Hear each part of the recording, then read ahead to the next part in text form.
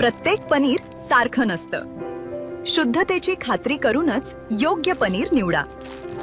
गोकुळ मलाई पनीर हे शुद्ध दुधापासून तयार केलेले आहे, त्यामुळे त्यात नैसर्गिक दुधातील फॅट, प्रथिने आणि कॅल्शियम भरपूर प्रमाणात मिळते। काही पनीर वनस्पतीजन्य तेल, स्टार्च किंवा इतर घटकांपासून तयार केलेले असू शकते। म्हणून ग्राहक म्हणून जागरूक व्हा आणि पनीर घेताना गोकुळच मागा। शुद्धतेचा विश्वास, चवीचा आनंद। आजच घरी आणा गोकुळ मलाई पनीर। राजेसाहेबांनी 1960-61च्या दरम्यान एसपीके कॉलेज सुरू केलं। त्या काळामध्ये दळणवळणाची साधनं अपुरी असल्यामुळे राजवाड्यामध्येच विद्यार्थ्यांसाठी वसतिगृह सुरू केलं आणि गरीब मुलांच्या शिक्षणाची सोय केली। त्यामुळे या भागातील मुलं शिकली। आजही संस्था विद्यार्थ्यांच्या सर्वांगीण विकासासाठी प्रयत्न करते। विद्यार्थ्यांनी प्रचंड मेहनत करून स्वयंशिस्तीनं ज्ञान मिळवावं, या यशस्वी व्हावं असं आवाहन राजेसाहेब खेमसावंत भोसले यांनी केलंय। स्थापन दिनांक आहे म्हणजे आम्ही ॲन्युअल डे म्हणून करतो, फाउंडर्स डे म्हणून, जे त्या वर्षी दरवर्षी हा एक विशेष प्रोग्राम असतो जो ठेवला गेलेला असतो। आठवण करायची असते की आपल्या ह्या शिक्षणासाठी आणि आपल्या प्रवृत्तीसाठी आपल्यासाठी कोण कोण व्यक्ती आपल्या मागं होते। त्या निमित्ताने इथं आलेले उपस्थित मी बघतोय,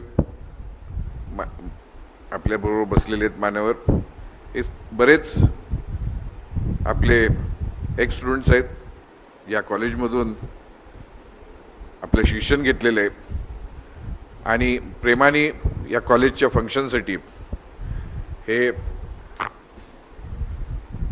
आपलं हजेरी लावून जातात। का म्हणजे शेवटी इथं त्यांना शिक्षा मिळाली आहे, उच्च शिक्षा आहे म्हणतो आपण। शाळेत पण एक तऱ्हेची शिक्षा मिळते, पण आणि ती महत्त्वाची पण असते। का म्हणजे तो तुम्हाला लहानपणीपासून तुम्हाला तो तिथं तुमचा संबंध असतो, तो तुम्हाला शिक्षण कसं करायचं, कुठल्या दिशेने जायचं हे तुम्हाला सुरुवात करण्याचं असतं। म्हणून तो पण भाग जो लहानपणी आपण शाळेत जातो, किंडरगार्टन असेल काय असेल, तिथून जेव्हा तुम्ही आपलं घर सोडून दुसरीकडे दुसऱ्याच्या खाली शिकायला जातो, हे वेगळंच पद्धतीचं असतं। का म्हणजे आपल्याला घरचं वेगळं संबंध असतं, घरच्यामध्ये शिक्षण वेगळ्या प्रकारचं मिळतं।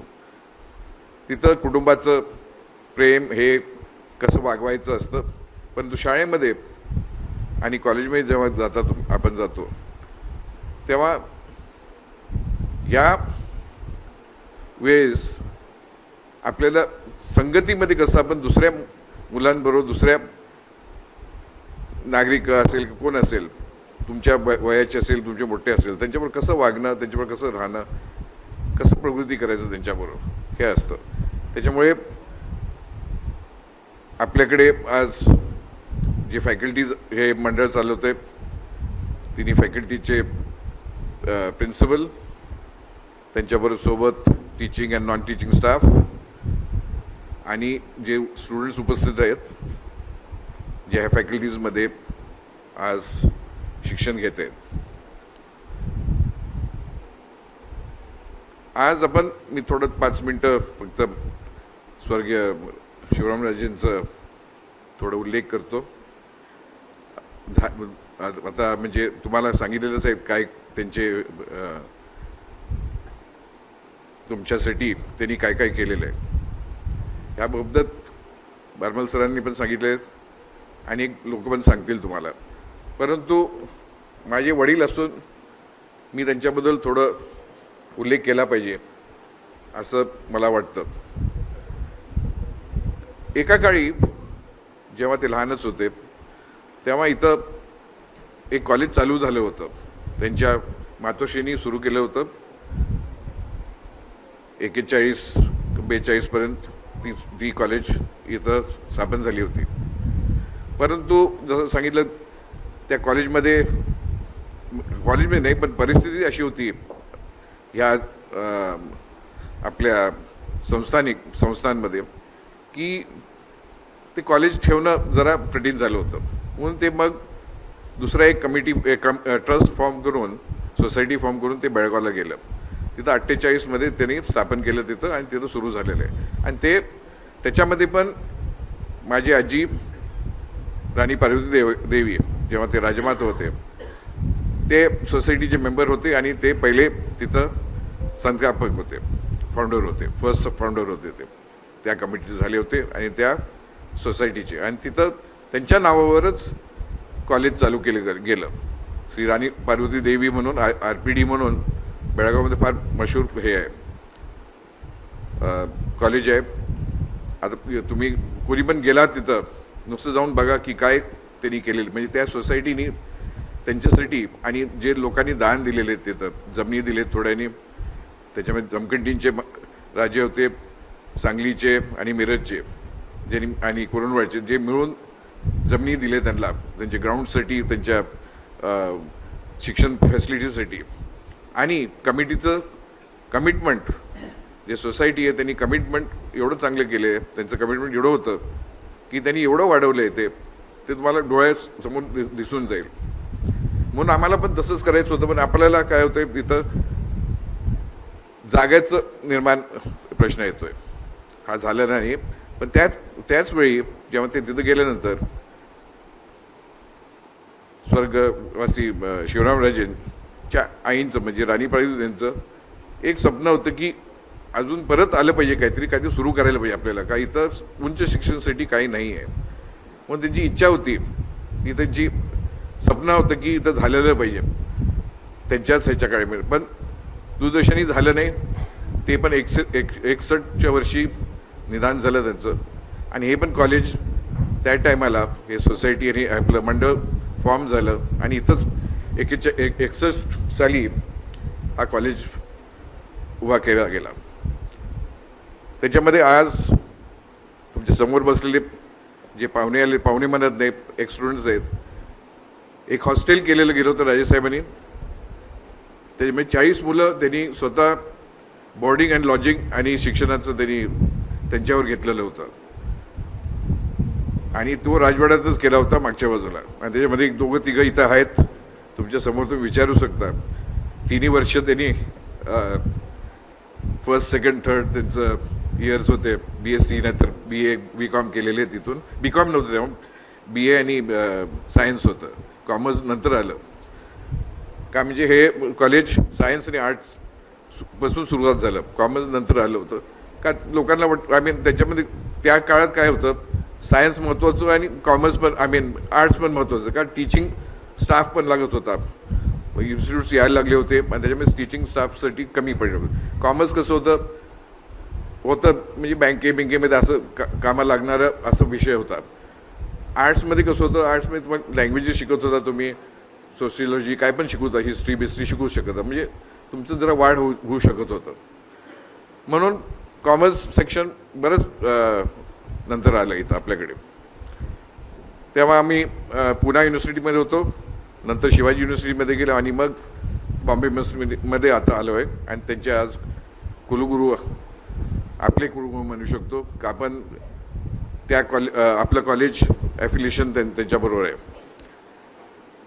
जेव्हा त्यांनी सुरू केलं 61 साल, आणि हे विचारच होता पूर्वीपासून, परंतु माझ्या काळामध्ये झाला नाही तो. म्हणजे समजा 48 to 61 म्हणजे बरेच वर्ष होते. त्याच्यामध्ये उच्च शिक्षणाचं काही इथं नव्हतं व्यवस्था. विचार होता असेल त्यांच्याकडे, पण त्या काळी त्यांना काय संस्थान होतं. 47मध्ये संस्थान गेले. तर त्याच्या अगोदर त्यांना समज मिलिटरीचं शिक्षण करायला लागलं, महसूलचं शिक्षण करायला लागले आणि न्यायालयाच्या मध्ये त्याला शिक्षण करायला लागलं होतं राजेसाहेबांना, स्वतः शिवरामराजेंना. तसं की नाही की ते कॉलेजमध्ये गेले होते, 1-2 वर्ष फक्त वाड्यामध्ये शिकलेले होते, डिग्री नाही मिळाली होती त्यांना. नुसतं शाळेची मॅट्रिक्युलेशन आपण म्हणत होतो तेव्हा, म्हणजे 11वी ते डून स्कूलमध्ये होते आणि तिथून मिळाली होती. त्यांचं तसं नॉलेज शिक्षण एकदम कॉमर्स डिग्री नाही तर असं नव्हतं. पण त्याच्यामध्येच त्यांनी स्वतः डेव्हलप करायसाठी प्रयोग केला. प्रयोग करून अचिव्हमेंट झाले त्यांचे. इथं बघितलं तर लिगल डिपार्टमेंटमध्ये पण जे वकील नव्हते तरी पण लिगल प्रोफेशनला ते गाईड करत होते कधी कधी त्यांच्या केसेसमध्ये. का त्यांना ते शिक्षण मिळालं होतं 2-3 वर्ष. म्हणजे जज म्हणून ते बसायचे बेळगावच्या कोर्टमध्ये. म्हणजे बाजूला बसायचे, मुख्य जज बसायचे आणि त्याच्या बाजूला त्यांना बसून निर्णय द्यायला लागायचा. म्हणजे आता बघा तेव्हा कसं शिक्षण मॅट्रिक पण झाला होता, तो शिकलेला माणूस समजला गेला होता. म्हणजे त्या टायमाला 40च्या काळी 1940च्या काळी तुम्ही 10वी पास झाला म्हणजे तुम्ही एकदम मोठं शिक्षण घेतलं. कॉमर्स म्हणजे तुम्ही ऑनरी स्टुडंट झाला तिथं. बॅचलर्स डिग्री म्हणजे ऑनरी डिग्री झाला. आणि शाळा झाली तुमची म्हणजे तुम्हाला कुठं पण नोकरी मिळत होती, कारण नोकऱ्या तशा उपलब्ध होत्या आणि गरज होती. आता वेगळा विषय झाला आहे. आता नोकऱ्या कमी आहेत आणि लोकसंख्या जे शिकलेलं आहे ते जास्त आहे. तर नोकरी कोणाला मिळू शकतं हा प्रश्न होता. तर त्यांनी त्याच्यामध्ये घेतलं आणि फक्त त्यांचं एक डिग्री होतं की म्युझिकमध्ये, म्हणजे हिंदुस्थानी म्युझिक वोकलमध्ये ते गोल्ड मेडल्स होते. तो एकच त्यांचं पदवी होती. म्हणून आता बघा ह्या शाळेपासून त्यांनी स्वतः डेव्हलपमेंट आपल्याला केलं तिथं. थोडं मध्ये तरी मी सांगू नाही पाहिजे, पण थोडं त्यांनी सर्जन म्हणून सर्जनच्या खाली पण त्यांनी हात केलं होतं. मेडिकल सर्जनच्या हातखाली असिस्ट करायचे ते बेळगावला. त्यांच्या एक ओळखीचे अगदी दोस्त होते डॉक्टर हनम शेठ म्हणून, आणि सगळ्यात बेळगावचे सगळ्यात टॉप सर्जन होते ते. दोन्ही हाताने ऑपरेट करत होते ते आणि त्यांच्या खाली ते जायचे. कधी कधी रात्री बोलवले तरी पण ते घेऊन आवडी म्हणून जात होते. का शेवटी त्यांना डॉक्टर म्हणून व्हायचं होतं, परंतु त्यांना सीट मिळालं नाही तिकडे इंग्लंडला, केम्ब्रिजला. म्हणून ते राहून गेलं त्यांचं, त्यांची तो इच्छा, त्यांची स्वप्न ते राहून गेलेलं. ही अशी यांची कथा आहे म्हणू शकतो मी. परंतु आपलं संस्थान भारतामध्ये मर्ज झालं आणि राजकारणामध्ये गेले राजेसाहेब. बाकीचं थोडं जे होतं शिक्षण अजून आलं नव्हतं, ते म्हणजे 61 म्हणतो सुरू झालं, पण तरी पण 61 पर्यंत ते निवडून आले. 2 वेळा राजकारणामध्ये गेले आणि इथल्यासाठी काय करायसाठी चालू केलं. आणि त्याच्यामुळे मला वाटतं ते कॉलेज पण आलं तेव्हा, का त्यांच्या स्वर्गवासी मातोश्री हे झाले होते, देहांत झाला होता आणि त्यांनी हे विचार केला सुरू करायचं. तेव्हा बऱ्याच अडचणी पण होत्या. जसं सांगितलं हे हॉस्टेलमध्ये मुलं येऊन ॲक्च्युली बोर्डिंग करत होते. म्हणजे मुलांना संख्या घ्यायसाठी गावापासून रस्ते पण नव्हते, तेव्हा बस पण जात नव्हती. चालत आले तर दुसऱ्या गावापर्यंतच येऊ शकत होते. पण इथून लांबून मांदा बिंदा या भागातले हे असे मुलं आले जे आता समोर तुमच्या पण बसलेले आहेत, तुमच्यावर ह्या आज कार्यक्रमासाठी उपस्थित आहेत ते पण. आणि ते सांगू शकतात तुम्हाला, कधी तुम्ही त्यांच्याबरोबर जाऊन गोष्टी पण करा, काय त्यांचं त्या टायमाला काय करत होते आणि कसं त्यांना त्यांची प्रगती झाली. त्याच्यामध्ये मास्टर झाले, हेडमास्टर झाले थोडे शाळेमधले. का तेव्हा मी सांगितलं ना BA होतं तेव्हा आणि सायन्स होतं फक्त. तर आज आपल्याला कुलगुरूंचं इथं भाषण ऐकून गेलो आपण आणि जसं एक्सप्लेन केलं डॉक्टर भारमले आमचे प्रिन्सिपलनी, की आपण नुसतं विषय प्रमाण घेत नाही आपले शिक्षण. इथं थोडे स्किल्ड शिक्षक पण देणार आहे आम्ही त्याच्याबरोबर. म्हणजे तुम्ही BSc नाही तर BCom काय झाला तर त्याचा तुम्ही उपयोग करू शकता पुढं. काय म्हणजे नुसतं डिग्री आता घेऊन नोकऱ्या मला माहीत आहे निघत नाहीत आणि त्याच्यासाठी तुम्हाला बॅकिंगसाठी काहीतरी स्किल पाहिजे. आणि ह्याच्यासाठी असा हे प्रोग्राम आहे, म्हणजे तुमच्या युनिव्हर्सिटीने सगळ्यांनी शिक्षण खात्याने दिलेले आहे की आपण स्किल करू शकतो आणि त्याला पण तुम्हाला पॉईंट्स मिळतात, त्याच्यावर क्रेडिट पॉईंट्स मिळणार आहेत. आणि त्या क्रेडिट पॉईंटनी तुम्ही पुढं तुमचे क्रेडिबिलिटी वाढते.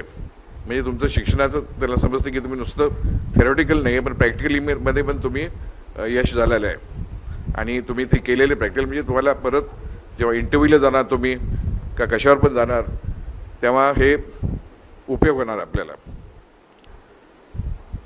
शेवटची मी एक गोष्ट, मी आता दुसरं सगळं एक्सप्लेन झालेलं आहे, पण मला नुसतं ॲडवाईस मुलांसाठी आहे की एक दृष्टीने हे बघू नका, फेलियर बघू नका की फेलियर टोटलं आहे म्हणून. सगळ्यांना फेल होतात असं की नाही. आपल्या आयुष्यामध्ये कुठल्या तर विषयामध्ये आपल्याला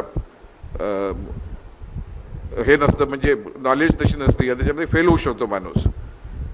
फेलियर म्हणजे कम्प्लिटली हे झालं नाही आहे. फेलियरनी तुम्ही शिकता, तुम्ही कशावर तुम्ही चुका केलेल्या आहेत. म्हणून वाईट वाटलं नाही पाहिजे की माझं एक्झाम फेल झालं. एक्झामच येते, एक कागद तुम्ही पत्र हे लिहिता, आयुष्यभर तुम्ही बघणार, पण तुम्हाला समजतं की काय माझं चूक काय झालं आणि मी कसं उद्या अभ्यास पण करू शकतो. नुसतं की नाही की बरं क्वेश्चन पेपर आहे आणि असे जे मार्क्स येतात, पण कशा तऱ्हेने मी रेफरन्स करून का काय करून कुठला विषय मी शिकू शकतो आणि मार्क्स मिळवू शकतो. हा तुम्ही म्हणजे ते एक्सपिरियन्सच येतं आपल्याला. नाहीतर तुमचे लेक्चरर्सला विचारू शकता, तुमचे शिक्षकाला विचारू शकता की आम्ही कसं हे अटेम्प्ट करताना आम्हाला का स्टडी करताना कुठल्या मार्गातून जायला पाहिजे, कसे आम्ही टॉपिक्स पिकअप केले पाहिजेत, कुठले महत्त्वाचे आहेत, कुठले येऊ शकतात, हे पहिले घ्यायला पाहिजेत. अगदी ठरवत झालं पाहिजे आणि मग ते छोटे छोटे पॉईंट घ्यायचे दुसरे. म्हणजे आपल्याला पेपर जरी लिहायला येतोय, म्हणजे मी सांगतो हे जनरल ॲव्हरेज स्टुडंटसाठी, जे रँक होल्डर्स असतात त्याला काही सांगायला गरज नाही का, त्यांचं वाचणं, त्यांचं शिकणं वेगळंच असतं. पण ॲव्हरेज स्टुडंट नाराज झालं नाही पाहिजे की झालं ओके पेपर गेला. आहे आपल्या अटेम्प्ट्स तर आहेत, म्हणजे आम्हाला तसं बंदी नाही की आम्हाला उद्या पेपर दुसरा सेकंड टाईम देऊ शकणार की नाही. आहे तुम्हाला चान्स, तो कोणी थांबवलं नाही तुम्हाला, का अजून तुम्ही शिकताय. म्हणून failure at one paper do not gate discourage. आपल्याला टाईम मिळतो आणि तुम्हाला 6 महिने काहीतरी मिळतात हे घ्यायला, पेपर घ्यायला परत, आणि तुम्ही घेतला पाहिजे तो. म्हणून हे काय होतं की ह्या कारणामुळे बऱ्याच लोकांना डिप्रेशन येतं. डिप्रेस्ड होऊ नका त्याच्यामुळे, हे माझी ॲडवाईस आहे. का आम्ही पण काय, मी पण इंजिनिअरिंग आता सांगितलं, मी इंजिनिअरिंग कॉलेजमध्ये, तसं काय मी फर्स्ट शॉटमध्ये मी पण कधी कधी थोडे पेपर्स केले नाही, म्हणजे पास झाले नाहीत. मला 2-3 अटेम्प्ट पण झाले होते करायला. मग त्याच्यामुळे मी शिकलो की काय अटेम्प्ट करायचं, कसं अटेम्प्ट करायचं, कसं शिकायचं, पुस्तकातून कसं वाचायचं, कसे सॉल्व्ह करायचे आणि ते तिथं कसं पोचायचं. आपल्याला ॲटलिस्ट पासिंग मार्क्स घ्यायचं पहिलं आणि मग पुढचे आपण बघायचं. तेवढं मिनिमम आपल्या हातात आलं पाहिजे. मग ते पुढचे 2-3 क्वेश्चन, ते 3 क्वेश्चन असतील ते आणि कसं ठरव करायचं, हे तुमचं असं स्टडीचं हे तुम्हाला पाहिजे, दिशा पाहिजे, डायरेक्शन घेतली पाहिजे तुम्ही. म्हणून डिस्करेज होऊ नका. आणि सर्वांनो, आज शांतीने आपण बसलाय तो ऐकत. कुलगुरूंचं आज आम्हाला इथं आपल्या कॉलेजमध्ये दर्शन झाले आणि त्यामुळे आम्ही सगळे मंडळ आणि आमचे फॅकल्टी मेंबर्स सगळे आभारी आहेत की आज या महत्त्वाच्या दिवसाला आज त्यांचं आज भाषण ऐकले आपण, त्यांची मजुरी राहिली आहे. आणि इतर सर्व माझे मित्र सगळे, म्हणजे माझे सिनियर्सच आहेत सगळे. बघितले तर काय 2-3 जण आहेत ते फर्स्ट बॅचचे आहेत, अगदी पहिल्या बॅचचे कॉलेजचे सुरू झालेत तेव्हापासून इथं आहे, आपल्याकडे येतात दरवर्षी या कार्यक्रमासाठी. आणि त्यांना पण धन्यवाद करते की इथं शोभा देणं आणि आठवण काढायचं एका एक माणसाचं, जे शिवरामराजे होते, आणि त्यांचं आठवण काढून काहींना बरंच आठवण आहेत का, म्हणजे शेवटी नुसतं कॉलेजमध्ये नव्हतं, त्यांच्या राजकारणामध्ये पण बरेच जण मिळून त्यांच्या हाताखाली काम केलेले आहेत. नुसतं की रायसाहेब फक्त आमदार झाल्यावर मुंबईमध्ये बसत नव्हते, प्रत्येक गावात जात होते आणि तेच एकटे होते. नंतर की प्रत्येक गावामध्ये त्यांना माहीत होतं रस्ता कुठं जात होता, रस्ता नसून पण त्याला माहीत होतं कसं त्या गावाकडे पोचायला. मला वाटतं आणि कोणाला नव्हतं माहीत आहे. प्रत्येक गावात संस्थांमध्ये जे होते त्या गावाकडे कसं पोहोचायचं न रस्ता, म्हणजे वाडातून कसं पण जायचं आणि तिथं पोचायचे ते. आणि एवढी मेमरी पॉवर होती त्यांची, ते प्रत्येक गावामध्ये ते 4 माणसांना तरी ओळखत होते नावापासून आणि चेहऱ्यापासून. म्हणून तेवढी मेमरी पॉवर होती. म्हणजे कसं डेव्हलप झालं बघा. नुसतं 10वी पास झालं, पण त्यांना त्यांचं प्रगती वाढवायची होती. म्हणून त्यांनी एवढे आयटम्स घेतले की त्या दिशेमध्ये गेले की ज्यांना ते वापरू शकत होते ते. आता कसं त्यांच्या स्कूलमध्ये पण ते शिकले, मॅट्रिकमध्ये मराठी शिकले नव्हते. मराठी तर थोडे शिकले असणार इथंच जेव्हा सावंतवाडीमध्ये असतील तेव्हा. पण ते शाळेमध्ये जेव्हा 6वीत गेले तिथं त्यांना फक्त इंग्लिश, हिंदी आणि बंगाली घेतलं होतं. बेंगॉली म्हणून भाषा घेतली होती, 3rd लँग्वेज त्यांनी.